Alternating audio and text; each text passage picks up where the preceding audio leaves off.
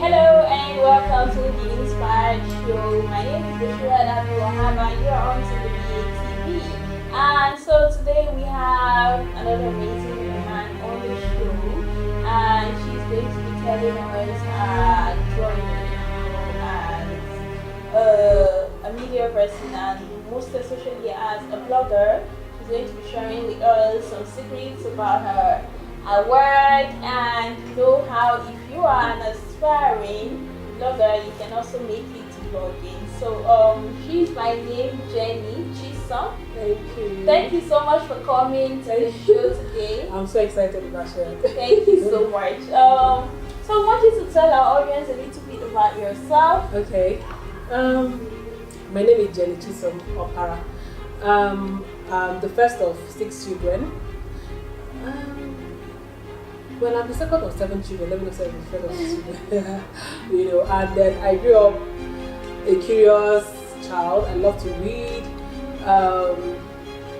I didn't grow up with silver spoons per se, but we were not poor. So we were just in between, middle income family. And I grew up in Aba. I was born in Port Harcourt, but I grew up in Aba. And then I had such an appetite for reading growing up. So it made me pursue and insisted to study English and Literary Studies in university, which I'm grateful for, because somehow it's like the base, for what I do today. So I am a professional blogger, a blogger coach, and I also advocate for men. So that's what I do for work. I'm a bit multi-dimensional, but those are the dynamics around the things I do generally. Yeah. So that's me in the nutshell. I'm single, never married. I live in Abuja. Quite interesting, yeah. Okay, so you want to tell us, how did you start your blogging career? Like blogging, everybody seems to be a blogger, but only a few know the secrets of making a living blogging. Yeah. So how did you find yourself in the blogging? Like, how did you just start blogging? Yeah, good question, because I think I get that question all the time. How did I start blogging? Okay, I was at the point, I was in between jobs sometime in 2008. I had just left a contract job I was doing with a pension company in Abuja, and then I knew I wanted more. I actually resigned from the job because I felt it wasn't my career line, and a few other things so I just quit, and my friend thought I was crazy. So I started what I knew I could do. I was making beaded jewelry and selling them with Ankara, I'll tell them with Ankara, and I'll get guys to buy in particular, because I wanted guys to be the ones to buy for their girlfriends or their wives and all that. And I just felt that they pay more, they don't price you too much. So it was around that time, and I started asking myself, but I've always loved the media, and I was at a point where I was like, okay, can I do something I have always known how to do for free all the work? Can I put a price on it? And that was editing. Because I love to write, I've seen a lot of books that were edited poorly, written by Nigerians. So I had such a body, like, can't I offer this service for a fee? Back then when I was in university, I was the go-to girl for all my classmates. Whenever we do our team model, I go and give Jenny to read books so that you're sure that there are no errors and stuff. So it's something I've always loved to do, but I was like, I need to earn a living, so how do I do this? So I was thinking of beyond marketing, with my word of mouth. How else can I get a website done since I don't have money and I was just starting out? And I was new in Abuja. I was just about 3 years in Abuja then. So a friend of mine just said, why not start a blog? So I haven't heard of a blog before. That was 2009. And I said, what's a blog? And he showed me the blog he had done years back, because he used to live in the US. And then he showed me the blog. I was like, but this is a website. And it's like, yeah, it looks like a website. That's a good thing. And it's really easy to set up. And that was it. And I was on his leg for another 3 days, like, show me how to do it. And I didn't have a laptop at the time, but he finally got the laptop, showed me how to set it up. And I remember I designed about 3 blogs, trying different templates and different sites. And I was just excited, like, wow, so this is really online. So it's like a website. So that was why I put up my editing services, put my course and everything I knew how to do at that time. And then that was it. So I was so excited. 2 months later, I got a major job from the UK. That was what made me so excited. I was like, where have I been? I should have started blogging a long time ago. That's quite interesting, yeah. So I want to coach you there.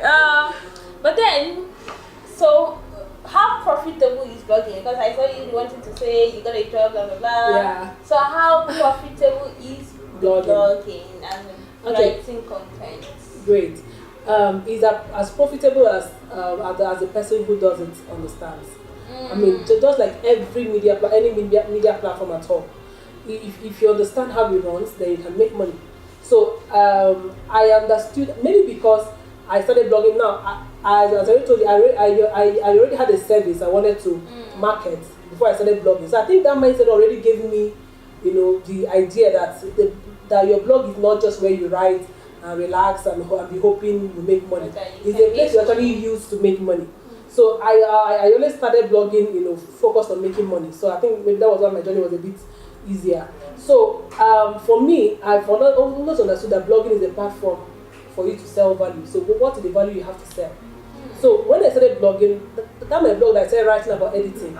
I wasn't just putting up my service. I just created service about my service, about my business. But I was blogging on a regular basis around books. I was interviewing authors. I was doing book reviews because everything about my blog. So it's like a book-centric blog. Do you understand? So it was easy for me to say, if I'm going to read your book and review it and also post on my blog, which is two services. I'm reading it, reviewing for you, and posting. I'm giving you publicity on my blog. That's Three. So I started charging for it, and I had a lot of clients from India and the rest who were like, please read my. People send me books from everywhere. Please read and review. So it took a lot of money at that time. When I charged incredible prices like 150 naira, like you don't want to know. So it's only like I started making huge money. No, to even review book. Then when I started editing, I didn't even start charging money at first though. I was still doing anything you pay me. I can remember, for instance, editing an over 600 and something page play to a drama script. I did it in 1 week and I didn't charge one. You know what? Say, well, how much? I didn't know. I wasn't schooled in handling money or being I didn't know. I was like, pay me anything. And she paid me 21k. I can't remember. After sleepless night of 1 week, I had to even borrow laptop. But I was so excited. I was like, hey, 21,000, that is my own. Because I've done editing all my life, like 10 years previous before that time, for free. So it's not as if I started making big money, but it taught me. And then I metamorphosed into creating a lot of products with my blog. I do trainings, I do adverts, I sell adverts, I do coaching, I train, I talk about my training program, like a lot of things I'm coming from my blog. And I've also switched niches. I've moved from a book blog. In fact, that my blog I started with book does not exist anymore. I've archived it and I started a new one. So I focused on CEOs at the time for about 3 years. Now I'm focused on development and male empowerment. So I've also grown. Wow, yeah. very interesting. So wanted to share from your own personal experiences. Are there some book you read that changed your life or that has metamorphosed your thinking or your outlook on life? Is there anyone? I will say there are a lot. There are a lot of them. I have read a lot of books. I haven't read so many books that I haven't even been published because I read it. I've read a lot of books that have changed my life, but I think I'll say one stands among those that stand out. Let me say one. There's a book written by one of my clients. He hasn't even published it. It's called Finding the Inner You or something like that. It focuses on why you should understand how powerful you are as a person, the power of decision and the rest. That book gave me and it was just recently I edited that book. It gave me a lot of food for thought. And of course I read what's this man's book? Acres of Diamond. Acres of Diamond is very funny because it looks like a simple book, but it has a lot of lessons. That is, your life is what you make out of it. So it helped me at the time because I was coming from a family that wasn't. We didn't really have an entrepreneur. I'm not from a family that is. I'm from a bookish family. Like everybody goes to school, go some more, do more masters. Just keep reading. So it helped me to discover that okay, if something is a burden in my heart or I'm excited about something, I have the right to pursue my happiness, like irrespective of what anybody thinks. And so that book was one of the things that started, telling me about making money. How, and the money you have to make is within you. It's not, you mustn't buy and sell if you don't have to buy and sell, but it's within you. The gold mine is in you. So those are two books I think I want to mention. Wow. So what was that single most say investment you ever made? Was there an investment? Was it 1,000 naira? Was it 2,000, 5,000 naira that changed everything around for you, say your blogging career? Was there that investment, during your humble beginning days that you had to make? It wasn't as if you had so much money, but you looked for the money and you invested, and then today you're better for it.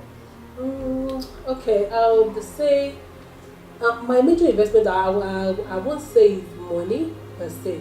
I would say is in finding me, because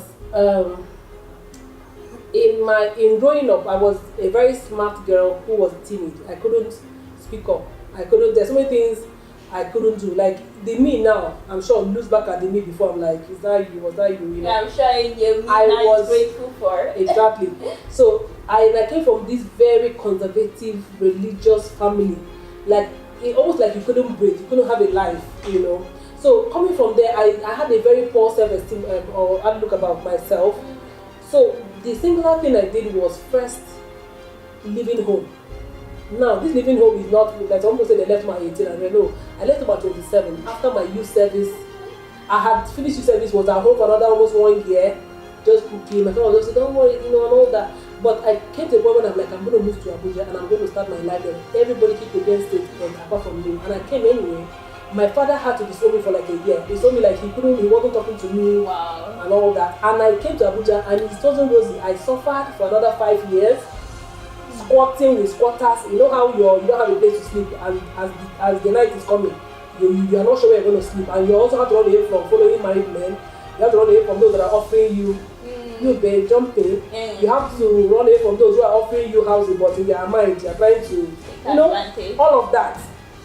So I think that would be my turning point, because that move taught me all that I have become. Taught me that business is not even about all that we thought it was. So I would say that's my most singular investment. Oh wow. So while we're talking about, you were chipping in that all the other things that you do, advocating for men, coaching men, like really, how did you get yourself into coaching men as a woman coaching man?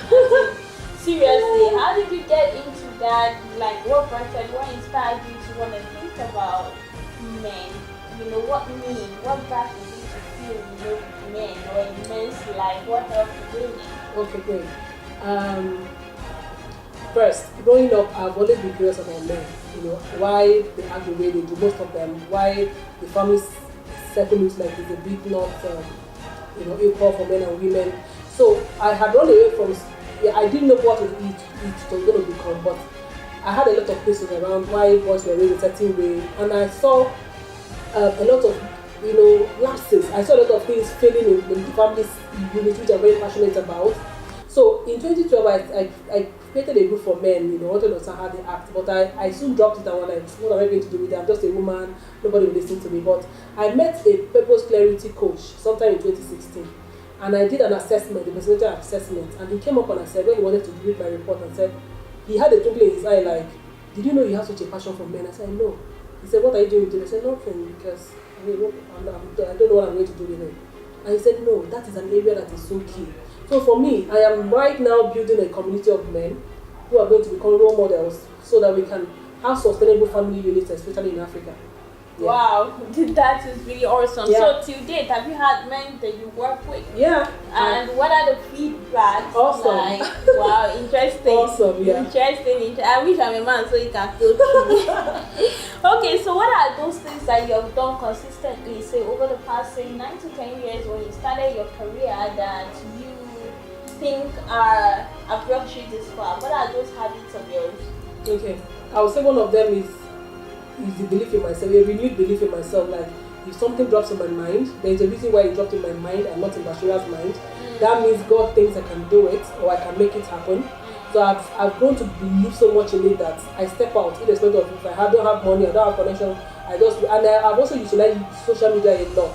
I use social media to test my ideas, whether is this something people really want. If I have an idea that's good, I'm like, are you sure people want it? So I use social media to tell and say, oh, I'm planning to do this, who's interested? And they were like, oh yeah. Then it gives me the momentum to begin to plan. So I would say research also. Google is like my friend, like my body. I've used Google to learn almost everything, about life. So I'm more of self-taught. So I would say following my mind, research, use social media. Yeah. And of course God is at the top of it all. Interesting. So what advice do you have for young people who want to venture into blogging? You know, a lot of people now are becoming aware of the fact that blogging is really a way to make a living, but you know they don't know how. What advice do you have for Okay, great. I would say that blogging is a gold mine. And in Nigeria, we haven't even scratched it. Even though millions of people look like they're all blogging and all that. The thing is that we have moved from just blogging anything to niche blogging. Niche blogging is focusing on a particular field, you know, and specializing in it. That way you have more people who depend on what you create for a living or for work. And that way it's easy for you to make money because you become an authority, you know. So I keep saying that we haven't started blogging. So if you're interested in blogging, all you need is to be focused, you know, and identify what it is you'd love to talk about entirely, and you want to be a thought leader around.